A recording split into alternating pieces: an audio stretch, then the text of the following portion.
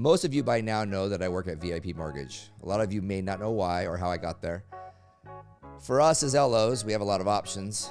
And for me, VIP Mortgage was the perfect fit and the best place, in my opinion, to work.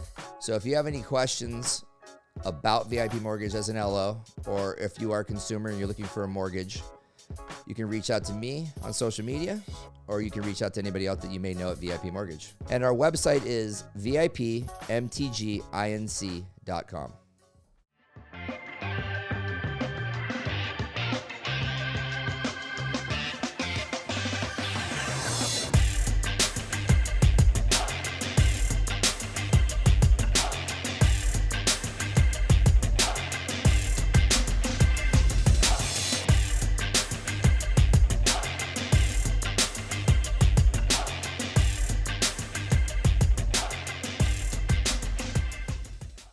So today's guest is one of the most evolved human beings that I know. And if you know him, you will agree for sure. He's only 33 years old, and I think he's figured out the purpose in life, and that's focusing on his family first, money second. But he's been able to do this by growing an empire in the real estate market. He's heavily focused in the fix and flip world, the wholesale business, and he has a retail business as well. But most importantly, he takes care of his friends and family first. So everybody, welcome Templeton Walker to the show. Thank you. Welcome, everybody, to Real Talk with Ryan Madrid. And I have my sister over here doing helping with the production. And our man Dylan over here is he took over my nephew's role. It used to be a family affair, but he's basically his doppelganger. He's like my child. I've known him forever. And he's equally as talented. So our guest today is a good friend of mine, and probably all you out there that are watching this. Probably one of the most liked guys in the business. Templeton Walker here in the house. Thanks for coming, buddy. Appreciate it. Thanks for having me, man. It's cool. Sure. I didn't realize you had such a production going on here. I like corner office, full set. Well, crew, family. This is what happens when COVID happens and everybody vacates. Yeah, you're like, oh, I'll take the space. I'll take the whole west wing because nobody comes to work anymore. Dude, that's awesome. So, yeah, what I did for 2 weeks when I wasn't buying houses, seeing where the cards would fall, I started a flannel company. Yeah, I knew you told me that. Yeah, which is like a not profitable business unless you scale it. But I like scratched that creative itch. You did it, though. I did it. You actually did it. So yeah, I'm a big, but I did it guy. I ran a marathon, no training. Yeah. I rode 100 miles on a bike, no training. Started a flannel company, no training. Yeah, once. Lost money on it, by the way. Everything once.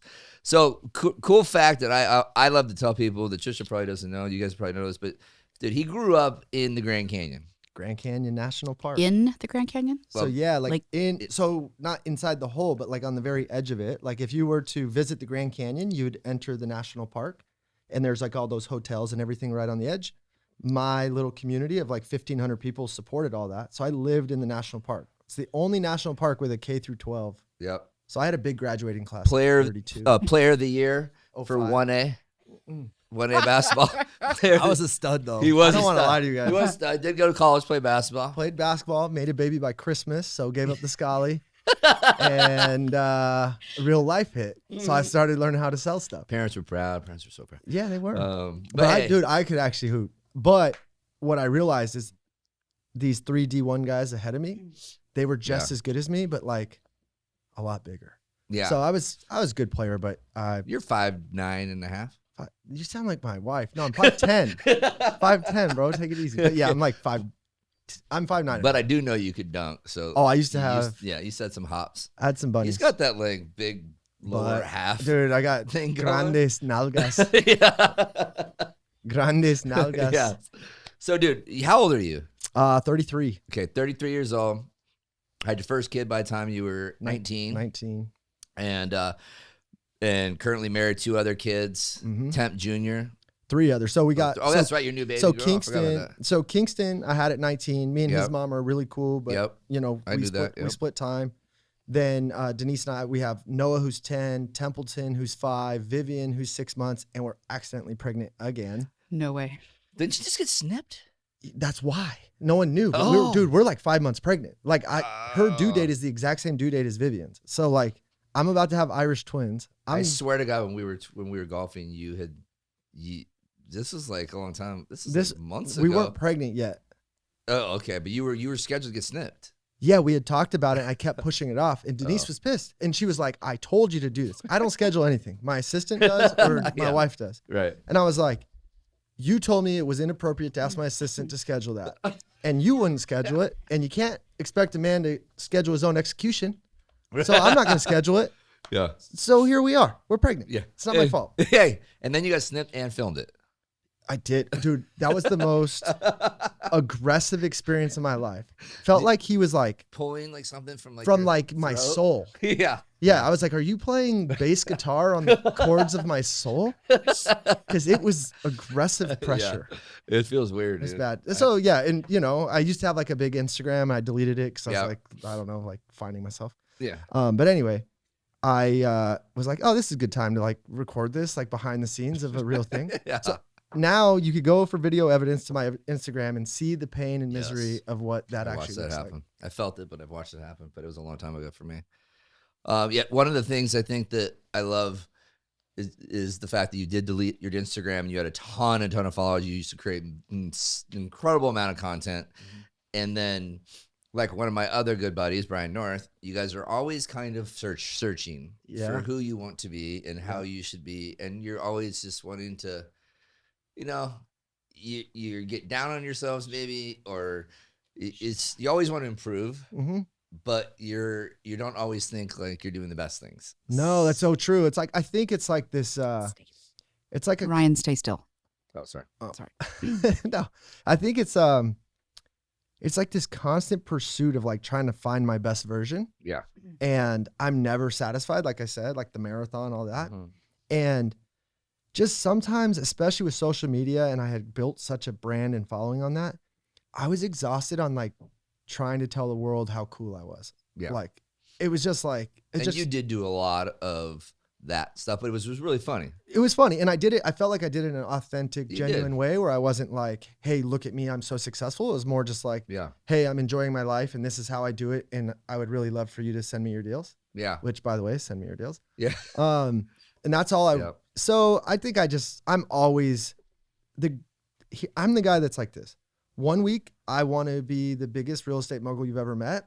And the next week, I want like an RV and a 30-pack of Coors and my family, and I want to fish, and I just want to be chill. Yeah. And whatever side I'm getting a lot of at the time, I'm longing for the other side. So I think it's just like the misery that I'm gonna... Well, you know what, though? I think a lot of people want that. I think you're just one of those guys that's been able to like maneuver through doing both. Yeah. Because like you said, I mean, I read even a post a couple of weeks ago that you said, like, this is going to be super controversial, but like I literally work 2 hours a week. That's all I want to do. I want to spend all the time I can with my kids and my wife, and I want to work as much as I can. Well, the only reason you can do that is because you worked really hard for a really long time. Exactly. And you've created, a portfolio that you could basically retire if you really wanted to. Yeah, I don't have to work at this point. Like I have enough income, like just off assets. Yeah. But I shouldn't have posted that because the world saw it. And then I've been so slammed lately. I was like, oh man, why did I say that? But no, I mean, I'm super balanced. Like I have non-negotiables. I take my kids to school. Yep. That's why as soon as I'm done here, I will be to Little Tempe in time to grab him. Yep. I coach their soccer. Yep. So I just have like all that. It took me a long time to realize that family, friends, and health and my livelihood is first, and money is only the tool I use to fulfill that. Right. Where I used to have it backwards, man. Like my kid and I could be in bed reading a book, and if the phone rang, I was like, sorry, buddy.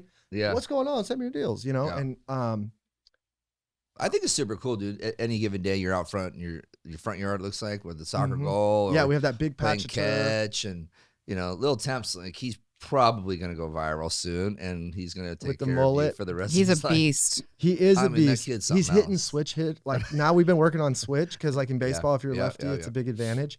And like literally the first day, and I throw as hard as I can at him, baseballs. And they beat him sometimes. He just growls at me. What's he, like 4? He's 5. Okay. It's crazy. Yeah. And he can hit switch, and Noah's a stud soccer player. I know, yeah. King's a hooper. Vivian, who knows what she'll be. But yeah, I'm super lucky. But like I pretty much, I that's them, and it's God-given talent. But I also spend an inordinate enormous, but inordinate Yeah. amount of time Yeah. pouring into them. You do. Like those boys play 3 hours of sports with me almost every day. Yeah. So No, it's awesome. And it pays off, right? Because they're both superstars. And like, I mean, I know yeah, they're Noah's studs. is it Kingston? Kingston is like basketball, right? very good basketball player. Noah's like on one of the top clubs. Right. And he's scoring goals. Yeah, and he's a beast. assisting, and he's the beast. He's the best player. Yeah, he's a beast. Yeah, he's your number 10. So, but it's like 10,000 hours, right? Like Right. they've probably already gotten close. I mean, they're not at 10,000 hours, but they've had so many hours on the ball Yeah, totally. that it's like, well, yeah, little Tim's going to go score 7 goals because he's facing me and his brother every day. Yeah. And these other kids are still learning how to kick. Yeah. And by the way, you're kicking the ball hard at him as when he was 4 and would break most kids' arms, but he still plays goalie as if he's. Yeah. So it's dangerous. I believe in like a household that is like loving, kind. Like that's how I am, right? Like my Soulpod. Like I'm like a love first energy guy. Yeah. However, like don't be weak. Don't be soft. Like we're going to be gritty. We're going to be tough kids. Yeah. So I try to have a balance of those two things. Yeah, it's cool too because like even like your Soulpod, your homies, and they're all like your boys from like Grand Canyon. Well, like, a lot of them. Yeah, like a lot. Yeah. My mission in life at this point is to make a runway big enough that everyone I love can take off with me. Yeah. I don't want to be the guy winning and everyone is like on the hamster wheel and they can't figure out how to get off. Totally. So I'm just like, screw it. I'm going to make the runway big enough. And what I've learned is I have this big plate of food and I know how to cook it and eat it and clean it. Like it's my plate. So what I've had to do is teach them how to create a new plate with me where we recreate or duplicate a new opportunity because I can't break the bread off of my plate to feed everyone. There's not enough. Yeah. No matter what, you know this, we're both successful. Yeah. You can't give everyone your plate. Yep. But I can show you how to create a new plate. I'll partner with you. Yep. Let's go start a company. Let's go. If you can bring the capital and the deal, well, I have the crews, the know-how. We can go flip a house. Yep. But if you want to just flip one of my houses, I already am flipping my own house. I don't need your, you know what I mean? Yep. It's creating opportunity for the people that want to do it. So my mom's retired. My dad works with me. My aunties live in a house I flipped. Yeah, and kind of you. And my aunties, they live in a house I just flipped on Oakland. I call them the Oakland closers. They are in sales for me. Like, if you're in my world, and if you're hungry and you want it, I'll create an opportunity for you. Yeah, that's awesome. And at 33, I mean, you're obviously crushing it. So your main thing is like you love to. So you started in the retail side. You had your own brokerage, did that, or had your own team, and I still do. Yeah, you still have your own team, out, but it's I'm like not involved. Yeah, and your mom kind of helps over that side, right? No, a lady named Shauna. Oh, Shauna. Okay. She's the stepmom to one of my best friends, Brandon, who's on my team. Okay, there you go. Soulpod. There you go. And then, but the main thing is buying and selling properties. Or holding, right? So the BRRR, let's talk about the BRRR. Explain that. Okay, so the BRRR method is how I've built out my portfolio. So, well, real quick, let me say how I'm vertically integrated. Okay. I started as a regular realtor. I created T Group. So you have 15 to 20 agents at any given time that do traditional real estate. Shauna runs that. Well, what I really realized is that the really good money is as an investor. So TLP Ventures is with Miguel and Rodolfo, my partners in that company. I own half. They own a quarter and a quarter. And we find deeply distressed properties and we sell those to other investors looking for deals and we earn money on an assignment. That's a highly profitable, great business. Yeah. Next, I'm actually my number one buyer for my wholesale company, my flipping company, South Rim Investments, South Rim of the Grand Canyon, buys from TLP. That's South Rim. So now my flipping company is vertically integrated on that third rung. And then my title company, which I have a joint venture with Magnus, Silo Title. I'd love to get all your guys' deals. It does all the title work on all these deals I create. And then to the BRRR strategy, I try to peel off probably 1 out of every 5 deals I do. I try to peel it off and keep it. You know, like my filter is this. Every time I get a distressed asset, I'm usually buying it 60, 70 cents on the dollar, but it needs 10 to 15 cents of repair. Right. Maybe 5 cents. Right. So now I take this distressed asset, instead of wholesaling it or flipping it and going and making a profit, I renovate it. So buy, BRRR, this is the acronym. Dylan, pay attention to this. Because at your age, dude, you start doing this stuff now. Oh my gosh. Yeah, you're gonna be like him. Yeah, he's in 23. So Yeah. in 10 years. And what's scary is Tired. I've only really understood this for 4 years, Yeah. 5 years. I wish so badly I had my brain now, but Yeah. wisdom and youth are very rarely coupled. Right. Yeah.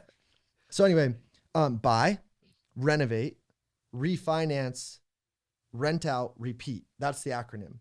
But what I've been able to do is find bankable or W-2 partners. So instead of the refinance, I sell it to them on a purchase contract. They're bankable. So they're going to go to you. Yep. They're going to go get a loan.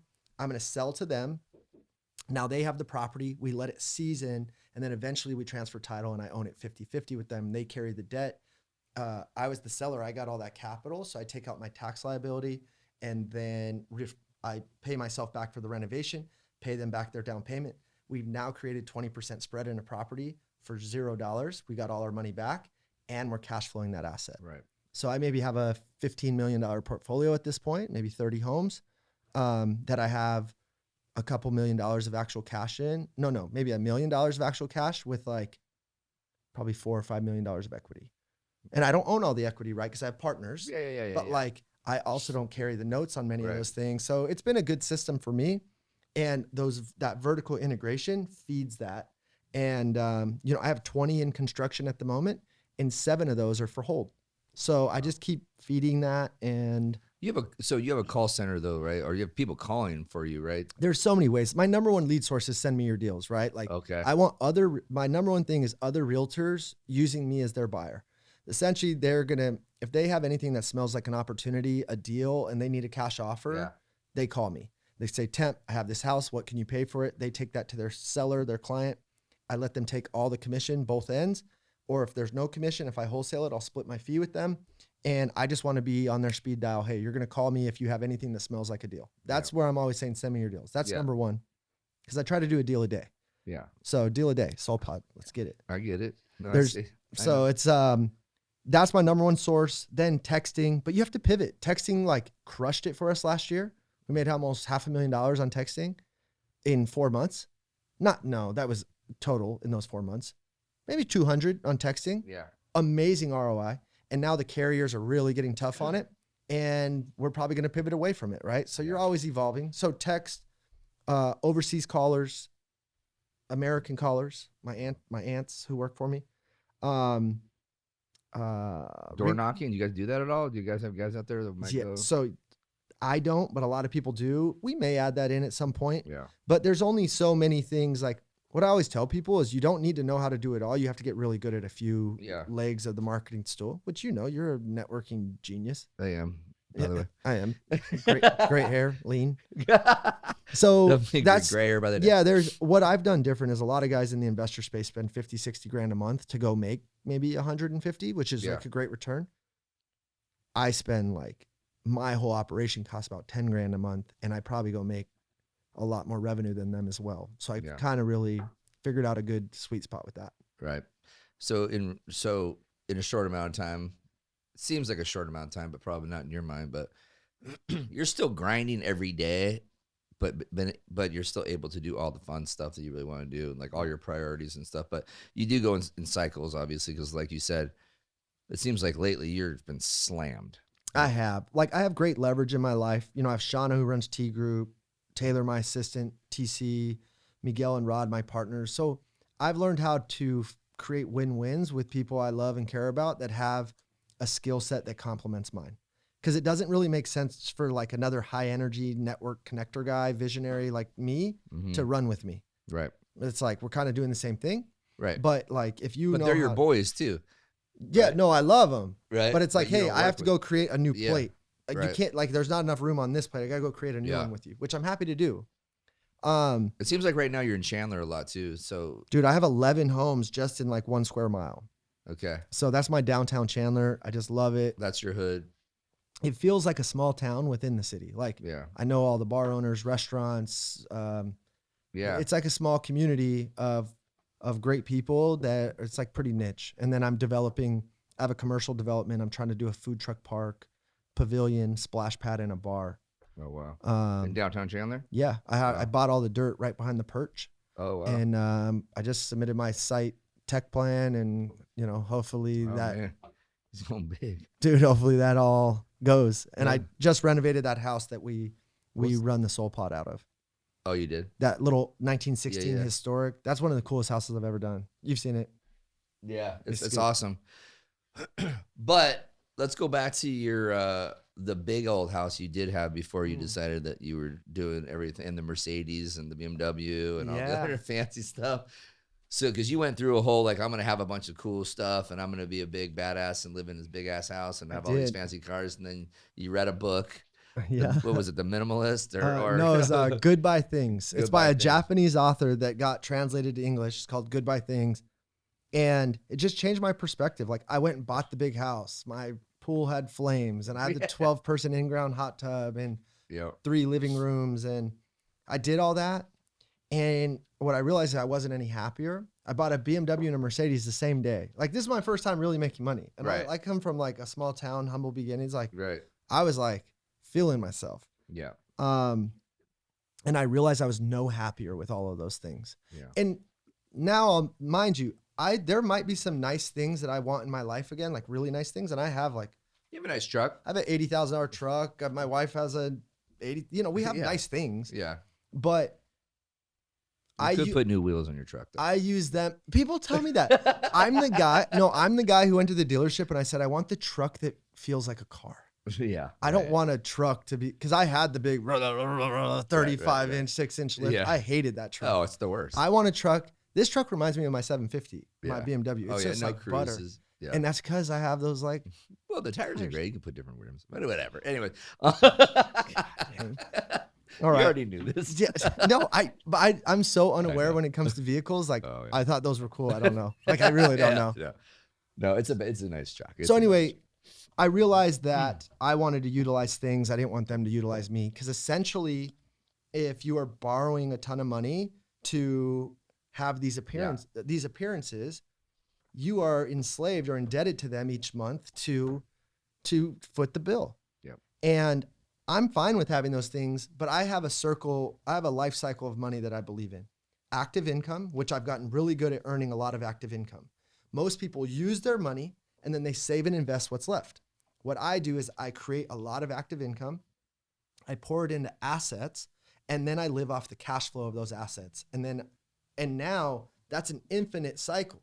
Yeah. Right. So like what most people do though is they make a bunch of money. They go buy $100,000 car. They go buy a big ass house. They go do all this. Yeah. And then they're living at just a different level of broke. They need that next commission check just as much as the person who needs their next Circle K check the next week. Yep. It's just a different level of scarcity and quality of life. But to me, that's not quality. I want to be free, and I'm free. Like, I could disappear tomorrow and you're good. Yeah. Yeah. Do you think that that's like why I know it is, but what attracts people to you? I think it's because, well, thank you for saying that happens. You know it does. No, it does. It does. It does. I think it's because I've like been very intentional, and like money is only a byproduct of being the best version of myself. Like, I really don't think about money anymore. And I know that's easy for me to say now that I'm in a good financial spot. Like, people would be like, screw you, bro. Cause I've been dead broke before, and money was all I was thinking about because I needed it. Yeah. But like, my character is not worth $1. Like, I will never cheat someone, like down to the penny. I like lose sleep if I owe someone $1. Like, I have to be square with people. I have to be honest. That's my energy. And I think in this investment space, that really sticks out like a sore thumb, because a lot of guys and gals are not like that. Yep. And I think I differentiate myself in my authenticity and my honesty. Yeah. Because that can be a sleazy business.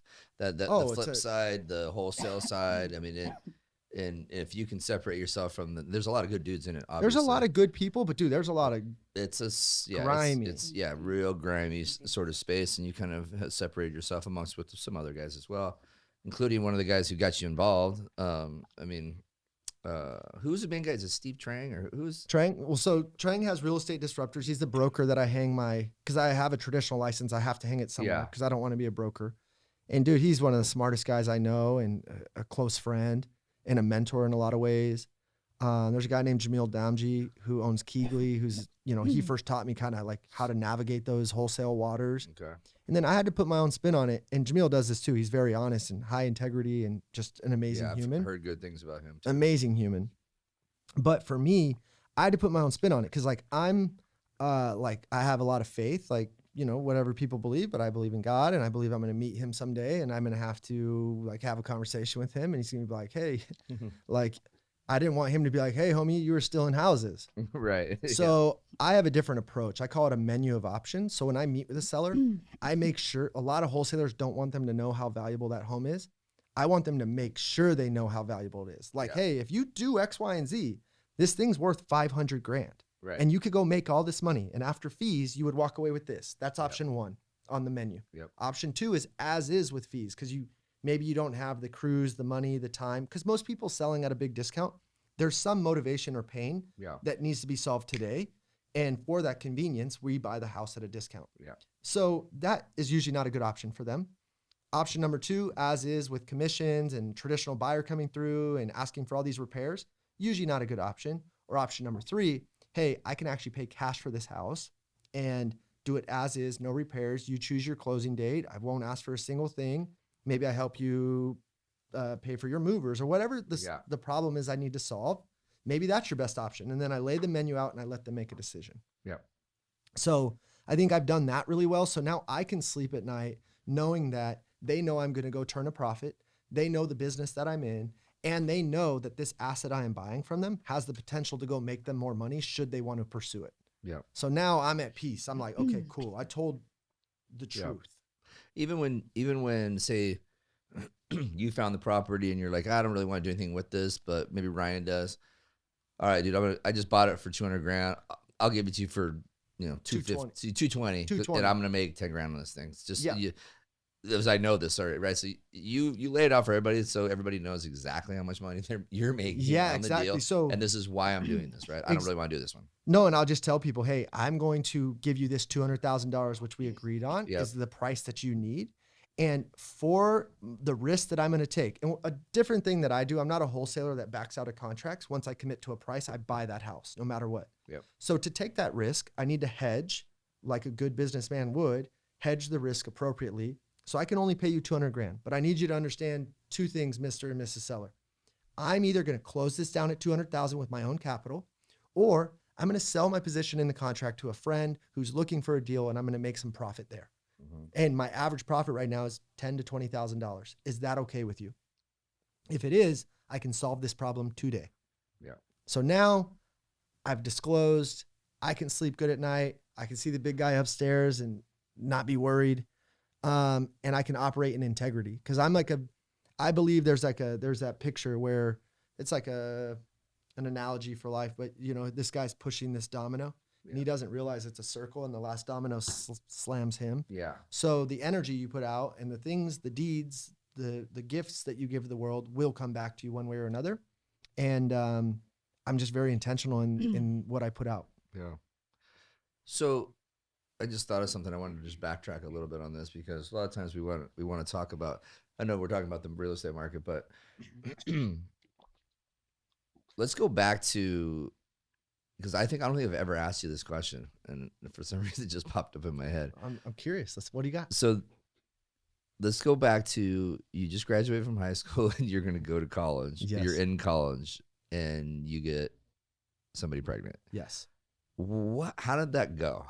Like how did we do that? Well, no. That's we won't go there. Topic. Yeah, we won't go there. No, but how did that go in your life? Like what happened? Like when you told your parents and like when you found this out and you're like your basketball coach and you're like, holy crap, what am I gonna do? So in my town, I was BMOC. Yeah, I was I was like the main athlete, the big man on campus. A lot of the girls liked me. I was just the cool guy. So I had a lot of expectations riding on me. Yeah. Right. I was like, it's very rare for someone to go play college sports out of our town. Yeah. And my brother had done it 3 years prior and now I'm about to go do it. And we really thought I was kind of a fringe player. Like I could have played D2, D3, maybe D1 if I walked on. Yeah. So, and I was skinny. So we thought, all right, I'm going to bulk up and I'm going to go play D1 basketball. That was my thought. I was going to play 4 years of basketball. I'm going to go play Division I. And within 4 months, 2 things happened. I had a lymph node in my neck grow to like the size of a golf ball, and they thought I had cancer. And I got a girl pregnant. And I remember praying to God saying, dear God, please take this cancer away from me and I will go be the greatest dad you've ever seen. And I think that put some things in perspective for me, so that when the cancer results came back negative, I was in such a space of gratitude that I just leaned into the fatherhood, and I knew I was going to be a great dad. Unfortunately, I still was not quite mature enough to show up consistently, like the way a man or a woman should, like when it came to like responsibility and making money. Yeah. And I definitely wasn't ready to be with, one individual. Yeah. For a long time. And I had to make some hard decisions because I was getting pressure from maybe her side to say, you guys should get married and come work this construction job and, start your humble life. Yeah. And one thing I give myself credit for is I've had 34 jobs before I started my company. I will not do something if it doesn't feel like fulfill me. I won't. Right. Even when everyone in my corner is begging me to stop losing jobs, I'd be like, yeah, I couldn't do it. Like, I hated it. Yeah. And I have a child who needs food and a child that has, like all this stuff. So it really, and I was so wild when I was younger. I was wild, like, I know. Wild. Yeah. That I think he saved my life a little bit because now I didn't have just me to think about. I had him to think about. So even when he was with his mom, I toned it down a little bit because I knew I had him in my heart and my brain. Yeah. But it took me a while, man, for it to click, to learn. Finally at 25, I looked in the mirror, and I do this now. It's my accountability mirror. It's like, are you a liar mirror? And I looked at myself. I was like, are you going to be the guy that you say that you are, that you feel that you are, that the world thinks that you are? Because right now you pretty much just burn every bridge. You are unmotivated. You're all talk. You don't take action. Like, are you going to be the guy? Like, step up. And it was hard from 19 to 25, man. I pretty much was a good dad to my son when I had him and loved on him hard and was just good dad. And if I didn't have him, I was like losing jobs and partying. Yeah. And I'm sad to say that. Like, I wish I could have stepped up a bit better now. And now I'm obviously super dad. Better for that. Yeah. Better for that. And a great dad to him, now. And he had to grow through that process with me. But dude, it was hard. It was really hard. I remember when I got into real estate, I had the talk with myself in the mirror of like, who are you? I was selling a multi-level marketing pill. I called my aunt, who's a successful realtor in Prescott. I was like, Aunt Cindy, I got this thing. It's going to change your body from the inside out. Your cells are going to be like, woo, you don't even know, girl. And she's like, you're going to real estate school. I'm going to pay for it. And you're going to pay me back on your first deal. Because she could tell my personality and everything would be great in it. Yeah. And I was like, but you're going to buy the pill, right? Because I need this $200. So she's like, I'll buy the pill. But you're getting in real estate. And then I just took to it. And I did like 3 deals in my second month, made like 17 grand. I'd never made 17 grand. Right. That was normally like my annual pay. Right. And I was like, oh my God, I love real estate. Yeah. And I really credit real estate because in sales, especially, self-development is common and it's actually, it's encouraged, and reading these books and Zig Ziglar and Tony Robbins and all that. Yeah. I started to get exposed to that. And I always thought I struggled in school. BS. What it was is that the material I was being fed was not speaking to me. Right. As soon as I found like that sort of self-development material, I mean, I read a book a week. I mean, and I had to understand how to receive the median. I listened to books and I absorb it so much better if I'm like turning the page. I struggle. If I'm listening or I'm running or I'm doing whatever, I can absorb books like so well. And especially if I like the content. Right. So yeah, man, I had to struggle for a while to find what it was that spoke to me. And then I really started showing up in my life and being, I call it my standards, my discipline, and my consistency. Once you can figure out what your standards are in your life, that you're non-negotiable, you can become disciplined around them, and then you can become consistent with them. Yeah. So did you have to like rebuild your relationship with your son, or was it never? You were no, it was never fractured. No, it was never fractured.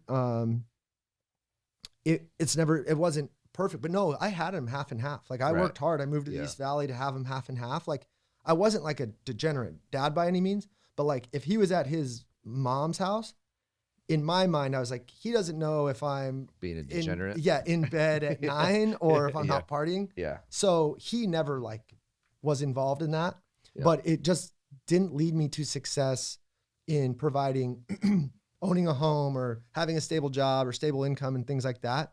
And I'm so thankful to have my mom, dad, and brother, who, by the way, didn't have a lot of means. They supported me, and I was kind of the anchor of the ship for a while. And now I've like paid it back tenfold. And I'm like, guys, like, is your brother working with you now? No, he's the COO of a bank in Texas. He balls out. He's a stud. Okay. My brother Mitchell is like my biggest mentor, best friend. He's the guy that you take to the meeting. If you could take one person with you to the most important business meeting, you take him.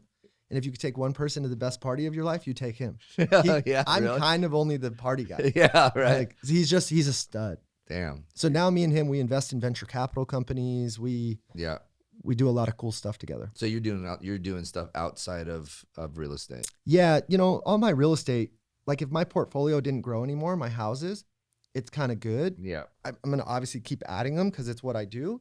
But my main goal each day now is to create and manage my flow of income and then allocate those dollars appropriately. So, like I just took a big bet. I wrote a $25,000 check into a VC company. I really feel like I'm probably going to lose that money. Or if it hits, I'm going to ball out. Yeah. Yeah. I felt like that was a good hedge. I own a ton of, I know it's hip right now to own crypto, but I've been doing that for a long time. Yeah. So that's been very good to me. I just try to allocate these funds. And you're a member at Mesa Country Club that you don't ever go to? I deleted the account. Or I cancel. I was running at $2,100 a round. Yeah. Yep. So I paid the membership thing. I got out twice.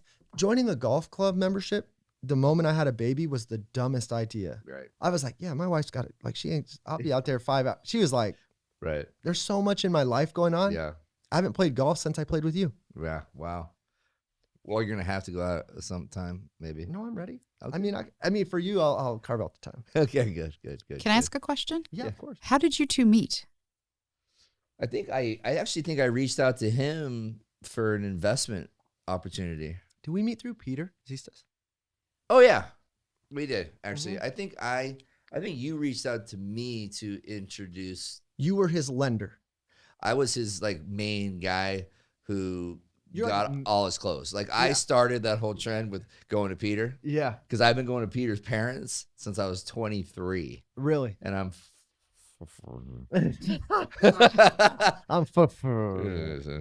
But no, literally. So this is a good story too, because when I graduated from college, my dad had a ton of suits, but he was a little bit bigger than me. I was 147 pounds. Yeah, he was tiny. And my dad was like 185. He was a normal sized person. You're a soccer player, right? Yeah. Good soccer player. Average. But my dad was like 185, 6 foot. Just bigger guy. Yeah. But he gave me all these dress clothes. Well, they didn't fit. So you're like, all right, I got to go with these. So I found, the first tailor I found happened to be Brothers Tailors, which was on, Thunderbird and Scott and Tatum. And so I started going there and then, basically reconstructing all my dad's clothes so I could wear it to go to work for my jobs. And so when I got into this business, I went to my first thing I did in this business was I went to a B&I group. Oh, really? I'd never heard of them, but like somebody told me you got to join a B&I group and this is the best way to network. And I was like, what the hell is that? And Peter, he was like 4 when I started going there, was now 25 or 26, right? So he's in the group. He went there the first day as well. And he happened to... With you or unbeknownst to you? Unbeknownst to me. So he shows up with somebody else, Dawn Mikes actually. And I think it was her. And yeah, we just started talking. He's like, yeah, my parents own this place. And I kind of just getting rolling. I was like, that's my spot. Like, dude, I know your parents just as good as you do. So anyways, and I liked clothes and he started hooking me up and I started going, like his parents started making me shirts for discounted prices. You became his influencer and before that was really a thing. Yeah, seriously. Like all of a sudden I was just wearing like all the like gear fly stuff from Peter. Yeah. And because I was out about trying to build my business and trying to network, acting like I was like really successful when I really wasn't. right? But you looked. But I you looked like damn I good. did. I looked like I did. 'Cause I had free clothes on. And people would always ask me, where you got clothes? Where you got clothes? And this is like just at the time when like it was cool to be watching the millionaire list, $1 million listing. $1 million listing, all that stuff, right? So everybody's all trying to be fancy and wear dress clothes, unlike the two of us do now. But back then, that's what I thought I should. Yeah. So through that, like I just, dude, at one point he told me that 1 year off of just my referrals, they made in the hundreds of thousands of dollars. Dude, that's unreal. But when you think about the power of your network, especially you and me both, like we have the ability to move the needle with our reference. Totally. I called him the other day. I went in there. Actually, I was there today. So because I had to get my tuxedo, anyways, my pants fixed. Actually, I had them hemmed. Hey, at least you didn't have to have the waist. I did. Brought just out. The bottoms were like, just I need to bring the hem up. So anyways, but I was in there last week and getting some stuff because I'm going out of town this next weekend and had to get a new jacket because I haven't really bought clothes, like fancy clothes, in a while. COVID, man. Right? Or just because I didn't want to. Yeah, that's a good I didn't point. want to wear. I haven't worn a. I didn't want to wear suits. So, anyways, so we went in there and I was like, dude, well, how much is this? And he's just like, what do you mean? Yeah. He's like, I'm giving you a deal, obviously, because so and so and so and so and so and so just came in last week and bought thousands and thousands of dollars. Yeah. No, that's. And I was like, and then he goes, dude, nothing's changed. Just because you don't buy dress clothes from us like all the time. All the time There's other anymore, people are still doing he it. goes, your people are still coming in constantly, Dude, and that's spending boatloads of money with us and helping us out. So it's you know, I've obviously I've done a lot for them, and they have for me as well. And they treat me like I love those people. If you don't go to Brothers Steelers, you should, because they're like the greatest. and Margarita, like Gus, him and Gus, like their shtick. They're hilarious. They like when we were sitting at like an investment and like they're like going at each other. I'm like, oh my god! But they like love. It's all love. Oh yeah. But dude, they're amazing. Sometimes I'm in store and I have to tell them to stop. I'm like, you guys are making me uncomfortable. Yeah. He's like, Gus. This is dad, right? Yeah. Peter yelling at his dad. Gus, leave Ryan Madrid alone. Leave Ryan Madrid. Do you know how important he is? Okay, so we are at 1:48. Okay. And we have a hard stop at 2:05, and I need at least 5 minutes for photos. Okay. Cool. So in the next few minutes, you want to go to rapid fire? Yeah. Cool. So, yeah, we can kind of move forward there, but I think wrapping up our scenario. But we met through Peter. Yeah, we met through Peter. And then like we just kind of hit it off. Yeah. I'd always known of you. I Yeah. knew you through like social, and I'd heard good things. But like for whatever reason, we had never like really connect. Like Yep. we had never really got Hung to out. talk. Yeah. And it was just kind of like, dude, like just talking with you, I was like, I could tell that we were like on the same vibe, and I'm like, oh man, I really like this guy. Then we met up, and then story from there, you know.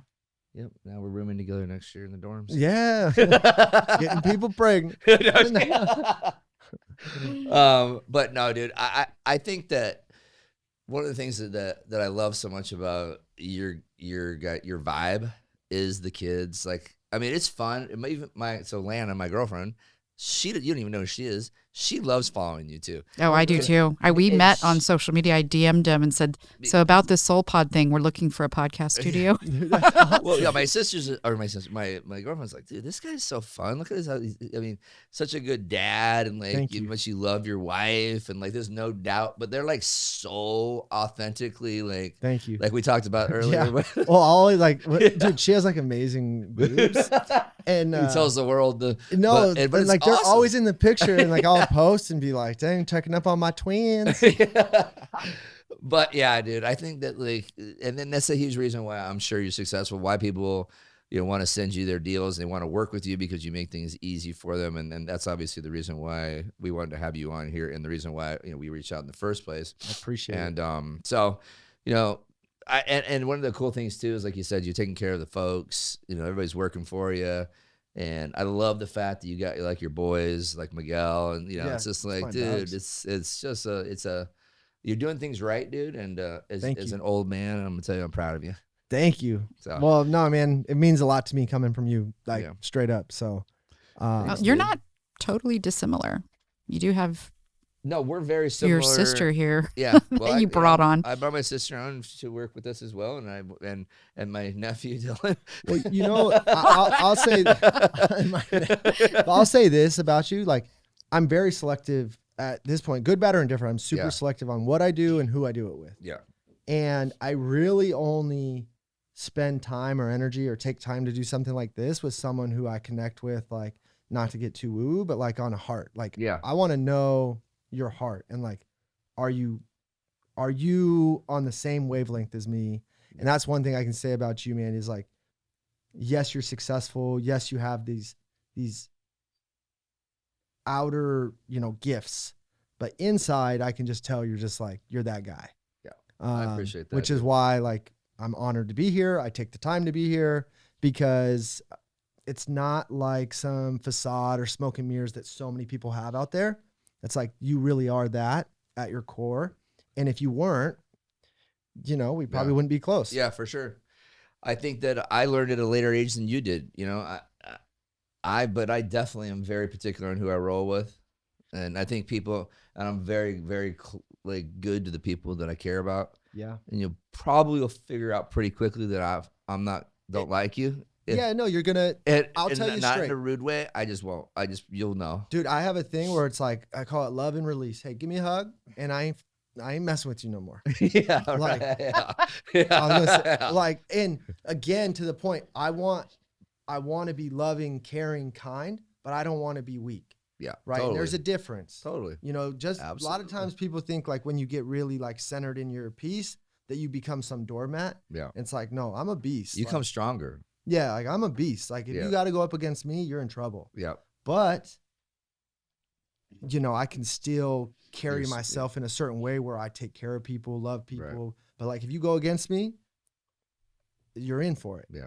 No, I get it. So cool. Well, Trisha, we do this thing at the end of the podcast where we do these rapid fire questions. Ready. And I think we should roll with that, Trish. Why don't you rip one? Yeah, I'm going to give you just two to be respectful of your time. No, normally we do a few more than that. Just do your thing. Okay. All right. First one. What is the first thing you do when you get up in the morning? Pee. Second thing. Grab my daughter, who's probably crying and woke me up. But no, honestly, if we're looking for more of like, I'm super into like personal development. So I always get in my cold plunge and I get in like 37-degree water and I Wim Hof breathe. And then most recently, Wim Hof? Wim Hof. It's a type of breathing. It's a guy named Wim Hof. Hyperventilated almost like? No, so it's 30 deep breaths through your nose and a hold. 30 deep breaths through your nose and a hold. And by the end of that session, your last hold, you'll be holding your breath. If we did it right now and you've never done it, you would probably hold your breath for about 45 seconds right now. If we progressed and oxygenated your body, you'd be holding your breath for about 2:45 to 3 minutes. Wow. Like right no, now. I've heard this before. Yeah, it's unreal. And then so cold water, if I could give people one piece of advice, aside from like technical business know-how, get into cold water. Like I call it like a cup of coffee for my soul, and like the medicine is on the other side of the pain. So yeah, it's a little tough to get in that cold water, but when you exit, you're just like euphoric, you have energy. It's been the greatest gift it's a thing I've had. for sure. Yeah, I know a lot of people It's like who the do greatest it. gift that you could give yourself. And then this is more time consuming, so I don't do it in the mornings, but I have a really beautiful 6-person traditional cedar sauna. And every night I sit in that sauna and stretch and breathe. And I'm a full on weirdo, which I'm proud of. But my morning is cold water and breathing are my two like staples. Awesome. If a movie was made of your life, who would play you? Oh, who's the most handsome actor out there? No, I'm kidding. I've actually been told I'm the correct amount of handsome by my buddies because I used to do pretty well with the ladies. You've seen my wife. She's beautiful. Yeah. She's pretty hot. So, but they're like, dude, how is this happening? I'd be like, they're like, we figured it out. You're not too handsome where they're like nervous to talk to you, but you're not ugly. Yeah. Like you're the right amount of handsome. Then once my mouthpiece, I got your game. game. Yeah, my game is silly. So anyway, I'm right amount of handsome. So who would be the actor? Oscar. Sorry. Tom right amount of Hanks. handsome. You're good. Stop. No, I would be played by. Oh, mine. Who am I? You probably don't watch a lot of movies. I would I'm venture. weird. You Like read. honestly, I so- read and I watch YouTube videos on like business and success. Like I sometimes watch a basketball game or something. I like movies. I actually really love movies. Who would it be? I don't know. Like young Tom Cruise, Risky Business, Chony Baloney. Johnny Malone. Chony Baloney. I don't know. Yeah, it's good. That's a good one. That's a good one. Young Tom Cruise. Who would play you? You'd be like Vinny Chase. Who's that guy? Good looking dude. Oh, Vinny Chase. No, my guy's Mark Wahlberg. I'm tough. I'm sexy. There you go. I'm Right amount of handsome. Yeah, right amount of handsome. He's probably more handsome. It's okay. Show me your Calvins. That whole Yeah. the early Mark Wahlberg. So Oh my yeah, gosh. Mark Wahlberg. Okay. Do you want one more? Yeah, let's do it. Okay. Let's do 2 more. Yeah, Two keep more. it going. Keep it going. Okay. We got time. All right. What was the last gift you gave someone? Oh, just last week. I'm gonna go to Kauai next month for a week, like kind of on a whim. Took my whole family, and I called my mom and dad. I'm like, hey, I'm doing this. Would you guys like to come? And dad was just kind of like, he invests with me. He's like, I had a lot of money out. He's like, I should probably just chill and just play it smart. I'm like, yeah, no problem, dad. And like instantly I called my wife. I was like, we're paying for mom and dad to come on this trip. So we showed up, and my dad's 60th is in May, which we're going. And we just wrote him a nice card, and we're like, hey, flights, room, just don't worry about anything. You're coming to Kauai with us. Did he receive that pretty well, or was he like, Oh, Did he yeah. cry? No, yeah. He's just so grateful. And like now he's just like, he's buying these books on Kauai, and he's like, son, we're going to be he's very, my parents, they expect nothing. Right. And that's why I'm thankful to be able to help create the situation that we all get to eat off of. So that was a really cool gift. yeah, that is. That's a good one. Jesus. Take heed. Ugh. Yeah, you're right. Oh, No okay. pressure, Ryan. Snickers. To Stuart. No. All right. Wait. One. I got a good one too. Okay. Then you What ask you got? yours. What you got? What's your favorite word? Oh, that was the one I was going to Whoa. ask. How weird. Deal a day. That's 3 words. No. No. No. Deal. I mean, I'm really working on not cussing as much, but I tend to say F, you know? Yeah. Okay. But that's not my favorite word. My favorite word's, dude, it's love. Like, I love people. That's a good one. I love Who is this guy? loving people. He's a guru, deity, No, like No, but like Philosopher. truthfully, like I love my life. And like, I don't know if you guys saw my post. My daughter had something going on with her heart. And Yeah. it came back good. I was going to ask you about that actually, because my middle child had to have open heart surgery. When I saw that on your story, I was like, I'm Ooh. so blessed and thankful that the news came back good. She has a small, tiny hole in the bottom of her heart. The cardio, he's like, forget that you were here. He's like, she is good. Aiden had that too. Scary, right? But like when you go to your primary and they go, hey, there's something going on with her heart. You need to go get hooked. I was That's like, the worst. and you have 2 weeks. Anyway, God has a funny way of putting things in perspective. And what I learned just last week or relearned from this experience is like, why does it take these moments of hurt or pain? Like when you're on smooth water, you fall away from your faith or you fall away from your people. But when you need something, you're like, God, please. Like, I've just learned that nothing's promised, and I'm going to spend my days loving my people, my wife, my kids, my faith, my parents, you guys. If you spend time with me, you're going to leave that feeling like you received energy. Yeah. Maybe I'm not the guy for you. Maybe I don't vibe, Yeah. but I'm going to give you everything I got, and and it's going to be centered in love. Yep. That's definitely you. No doubt. Any other ones? no, that was the last one I had chosen. Planned on. All right, brother. Yeah. Well, thank you so much for coming. Thanks again, Trisha. Thanks again, Dylan. Thanks to VIP Mortgage for letting us do this in this beautiful room. We now have curtains behind us, and Appreciate you. this is going to be done in, what is it? Shiplap, Broadway Black by Bear. Okay. Everybody When get that? when are you going to send your crew over to do that? Oh, my crew's like, I've got 20 You're too- projects. My crew's like, he's like, That's like the I'm one- hiring, by the way. yeah, that's like the one But, resource I don't have right We're now. going to need to write that down, and we're just going to hire a handyman to come do it for us. Yeah, actually, I have a guy that could do it. You do? Mm-hmm. Mm-hmm. Alan. That's You my, sure? that's Okay, my guy. Alan. If you're listening, please. Alan. How quickly could we get that done? We'll text Alan as soon as you guys let me look at my phone. Okay, because we have 1 week until our next episode. So. Yeah, I wanted to be on the Broadway Black episode. Oh, hey. No, it's all good. We got him. We got our first second appearance. Yeah, and he's back next week. I feel like this was more of a life podcast than like any business. You know what? I feel like didn't people know are if you going knew to this, but jam you're on my new co-host, and we're just going to do this Let's together go. from here on out. Dude, if you ever have to leave town and you need an episode, can I please guest host? Please, God. Please, God. Like if you're like, Oh, hey, I'm Tep, leaving I got next too much week, going on. Tep, actually. yeah, you're like, so I'm leaving indefinitely. You're leveraging out I your actually am pod. leaving next week, by the way. We need to deal with that. All right. So anyways, everybody, thank you so much. Like, subscribe, go on YouTube, go to Real Leave Talk us a with Ryan review. Madrid on We Instagram. need reviews. We need some reviews. The only way this is going to work, guys, and you guys have to start watching or listening, but we need people to like and subscribe and leave some reviews. Please, please, Yes. please. It would have been really handy for me to have 15,000 Instagram followers that I could have posted to. That would have been great. You probably already have more than us on your freaking new page that you started. So we're gonna have you go out and No, I'll post. I'll do spread the something, love. I'll spread the love for us. Right? Yeah, he has over 1,000 followers. Yeah, that's what he does. All right, everybody. So thanks again, man. Appreciate it. That's Appreciate a you. wrap. Real Talk is brought to you by escrow, the letter S, grow. Disorganization and constant communication are huge problems in the real estate journey. And it's an issue that I think most real estate agents, well, at least some real estate agents, struggle with in their CRM systems. There's a lot of options out there, and a lot of people have different ones.